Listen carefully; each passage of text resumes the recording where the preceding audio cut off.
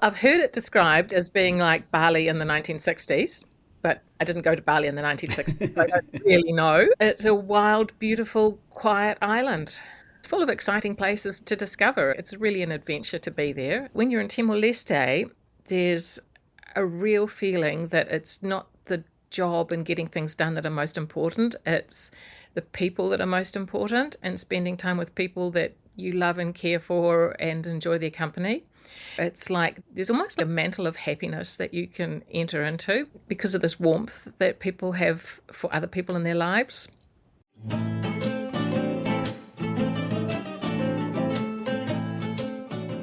Bon dia, welcome to Exploring Timor-Leste, the podcast that talks about Southeast Asia's best kept travel secret.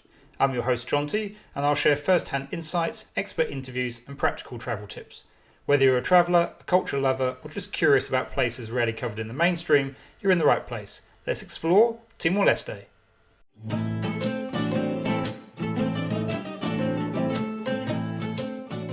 It's my pleasure today to welcome Helen Reynolds to the podcast. Hello, Helen. Hi, Jonty. Nice to be here. Thank you for joining us today. So what took you to Timor-Leste and what did you do there? Our first trip to Timor-Leste, me and my husband Alistair, was in 2016 when we were doing VSA, Volunteer Service Abroad. And so that was a 3-year contract, although I think we ended up only doing 2 years. And then you returned? We returned many times, yes, and we would have returned many times more if COVID hadn't come in between 2016 and now. Yeah, it's a wonderful place. It's a really special place to go to. And I guess you've had the experience because you've visited it over a period of time, so you've been able to see how it's going to change over the last decade or so. Yeah, it has been a decade, and it hasn't actually changed super much, which is nice if you're visiting somewhere to feel that you're in a place that's not just swept away by Russian development. Yeah, there's a sense of familiarity and, continuity. So how would you describe Timor-Leste to somebody who's never been? I've heard it described as being like Bali in the 1960s, but I didn't go to Bali in the 1960s, so I don't really know. It's a wild, beautiful, quiet island full of exciting places to discover. It's really an adventure to be there. If you can remember back to when you first arrived, what your first impressions were? Yeah, our first impressions of coming into the Dili airport, you've really stepped into another world. So you're circling over this tiny little airport and coming down into the middle of palm trees and walking out. There's definitely nothing like any sort of air bridge or anything, and it's just a very small building in the middle of a field, and you've come somewhere really different. It's got a little bit of a wild feeling about it, and you've got these scatterings of Chinese hardware stores all around and a few building stores and the old Portuguese colonial buildings and the old Indonesian colonial buildings, and there's still ruins from the war, still burnt out buildings, even though that was 25 years ago. Yeah, it's an interesting combination of things. I've visited quite a few places and I haven't come across anywhere that's got that quite unusual combination of things in terms of being in Southeast Asia and being Catholic and having the kind of turbulent history and the Portuguese colonial side of things. It's quite different. It does. It's like interesting how different the history shapes the different islands. And so it's quite a special place like that because its history is so unique in terms of the Portuguese influence and the Melanesian side too. That's something that you can feel in Timor-Leste, is that sort of connection to the Pacific peoples. That's something you don't feel so much in Indonesia because I guess it's just that bit further away. So what are some of your favourite places in Timor-Leste? Our favourite place, of course, Ataharo Island is always wonderful, and everyone will probably say it's a good place to go because it is. But our next favourite place to go is Balibó. We love going to Balibó and we love going to Baucau too. What about Balibó? What makes it special? Partly it's the journey down there because from Dili you drive down the coast and it's a spectacularly beautiful drive. And there's an old forts, and then you get deeper and deeper down into the country and you're starting to pass traditional houses, passing some of the sacred houses people have there, and then the road gets rougher and rougher. And then finally you get to Balibó and you get to this amazing fort. I think it's the best view in the world, to be honest. And so you've passed through really rough roads, you've passed through beautiful seaside scenery, and as you're getting deeper and deeper into the mountains and the roads are getting rougher and rougher, you think, oh, I'm experiencing quite a lot of Timor-Leste in this one journey. And finally, you get to a luxury hotel built in the old Portuguese fort. And the experience of the contrasts that you get in this one journey is amazing. And once you get to Balibó, of course, there's all the history from the Balibó Five and how critical that was to making the world aware of Timor-Leste's problems. Me as a New Zealander, with one of the Balibó Five being a New Zealander.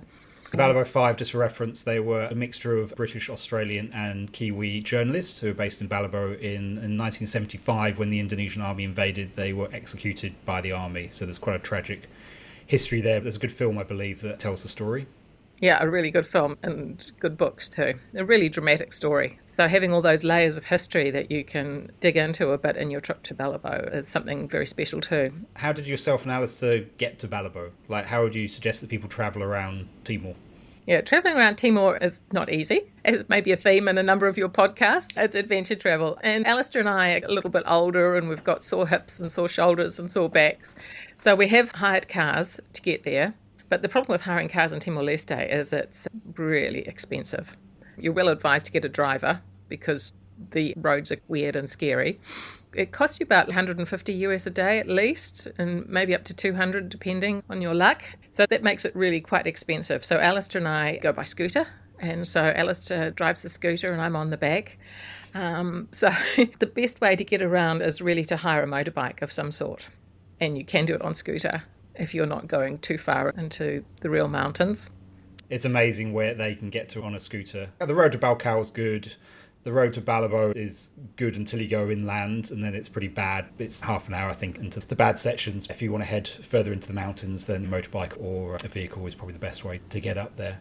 Are there any particular travel experiences that really stand out to you, looking back on your time in Timor? The other place I love to go, as I mentioned before, is Baucau, which is comparatively close to Dili, so it's easier to get to.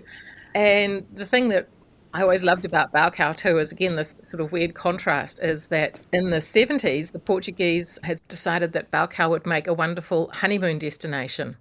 And so there used to be an airport in Baucau that was the airport for Timor-Leste. In the middle of all this sort of lush tropical jungle, you will come across a giant luxury swimming pool built for honeymooners in the 1970s by the Portuguese.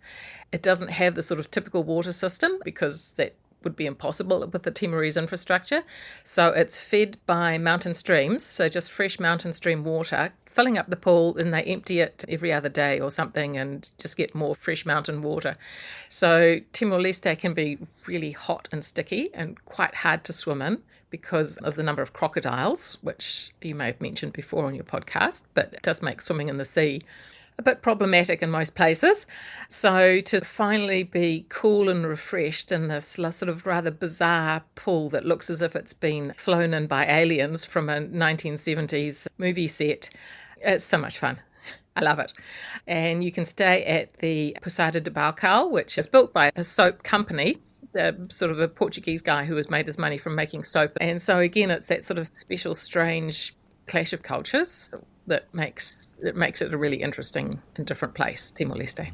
They do like the colour scheme, so the Posada is quite a strong pastel pink kind of colour, and then the swimming pool area is greens and blues and everything's painted. It's a beautiful place, as you say, to take a break from the heat and relax. What are some of your favourite dishes or places you ate at in Timor? The best dish in Timor-Leste, they have the best chili sauce in the world. I think I can say that's definitely true. That's a fermented chili paste, and it's fermented with lemons as well. So it's got the flavour of those Middle Eastern pickled lemons combined with a very fresh tasting chili ferment. It's delicious. You can get really nice fish at quite a few restaurants. Me and Alistair always enjoyed the Portuguese restaurants. Not everyone loves it because the Portuguese food is quite a heavy, meaty style of cuisine. A lot of pork chops and steaks and chips, but to be honest, we loved it. And do you have any recommendations for restaurants or places to eat, maybe in Dili? One of our favourite restaurants was Uma Swadevel, which is one of the few places you can get actual Timorese food, because a lot of the food that you get there is based on Indonesian warungs rather than the traditional Timorese food. So Uma Swadevel, and they're really into using local produce and having interesting recipes. For example, the Timorese would eat a lot of rice porridge. So rice cooked with corn and beans into a porridge. So that's one of the places that you can get the traditional Timorese food. For Portuguese food, the Hotel Timor is quite a good place for a fancy night out. We had a Christmas dinner there one year and ate the traditional Portuguese salt cod and olives that they have for Christmas, and that was a lot of fun. And there's another great, probably the tastiest Portuguese restaurant was Restaurante Tavarense. That's really popular with all the Portuguese people, and right next to it is a Brazilian bakery, actually, Pão de Brazil, and you'll see the Timorese lining up to get the Portuguese bread fresh out of the bakery. Every bakery, they know when it comes out, and so it comes out fresh several times a day, so that's rather delicious too. And the other really good place to eat, of course, is to go out to the beach and sit in the sun and watch the waves go by and drink coconuts and eat the typical sort of pancakes and pizza and very typical food. But the setting is so delightful. If you had friends to visit you when you were living in Dili, where would you take them? The best start to get an idea of Dili is to go out to Cristo Rei and climb up to Jesus and take a look at the view. It's a stunning statue on a promontory. And so you're passing tropical beaches, and this is where you can stop and get your coconut and your burgers. The next place we always go to, and everyone finds it very moving, is the Resistance Museum, which is the museum that tells the history of the Timorese resistance, strangely enough from the name, and it tells the story really well. They don't have a lot of museums and things like that in Dili and Timor-Leste, but this is really worth going to. The other place that we always take anyone visiting is we take them to the Santa Cruz Cemetery. That was the site of one of the major massacres. And so it's a crazy beautiful place anyway, as well as being this very important historical site. Right next to it too is the Indonesian cemetery, and we always go there. It shows something really special about Timor-Leste. This is the cemetery where all the Indonesian soldiers who fought and killed people in Timor-Leste are buried. And yet it's a beautifully maintained site, and you can see that the people there still really, in a sense, care for and look after the Indonesians there. They say as part of the reconciliation process, they saying there is that the Indonesians were our brothers and they suffered as much from the Indonesian reign. And so we're together in our suffering from that. To see the graveyard, you can actually physically see this reconciliation process they've gone through and how special that is. Excellent. Those are really good suggestions. You've got a bit of a mixture of the more relaxing side, but also Timor's had quite a tragic history, and it would be a miss to visit the country and not to try and understand that better. Are there any popular misconceptions about Timor-Leste that you might be able to clear up? Everyone asks you, is it a dangerous country? Because it came into the news when it was going through a very violent phase. And I've got to say it's one of the least dangerous places, in my opinion, that I've visited. People are very caring and very nice to you in almost every case. So that seems to be the major misconception. I say the other thing that people don't consider about Timor-Leste very much is how many crocodiles there are. Not some. Atauru is fine. Atauru is fine. Dili is fine, although I have actually seen a crocodile in Dili, but I still swim there. There's one other beach down the coast. Oh, towards Likisar kind of way. The Likisar beach is pretty safe too. I would say anywhere between Mubara and $1 beach, you're pretty much fine, but everywhere else, particularly around the south coast and out to east or down at Waterloo Beach, I saw a pretty big crocodile down there. Yes, it's a shame when you're in a nice tropical island to not be able to just jump in the water without having to think carefully about, am I in a crocodile zone or not? But then there is the beautiful swimming pool in Baucau, so that's a substitute for heading into the water there. That's great there. Just to finish up, so when you leave Timor, which you've done a few times because you've come and gone, what do you miss about Timor once you've left the country? What I miss most about Timor-Leste, this is quite hard to explain, so I might wrap it on a little bit. When I live in New Zealand, it seems to be quite easy to get depressed. People are worried and anxious, and do I have enough time to do all this? And I've got too many things to do. But when you're in Timor-Leste, there's a real feeling that it's not the job and getting things done that are most important. It's the people that are most important, and spending time with people that you love and care for and enjoy their company. It's like there's almost a mantle of happiness that you can enter into because of this warmth that people have for other people in their lives. That's a great answer. it's very easy, especially Western media, it can be quite negative a lot of the time. And in Timor, there's that kind of a young population. And even though it's a hard place and it's a poor place, you're right, there's a more kind of positive kind of mindset.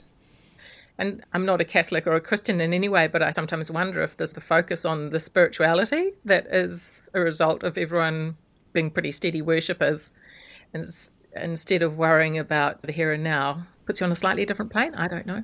Wonderful. Thank you so much for your time today, Helen. I really appreciate you joining us on the podcast. My pleasure, Jonty, and I hope it all goes well for the future. Thank you. Thank you so much for listening to Exploring Timor-Leste. If you've enjoyed today's episode, please consider leaving a rating or a review. It really helps more people discover the show. If you have any questions or feedback, I'd love to hear from you. Drop me an email at exploringtimorleste@gmail.com.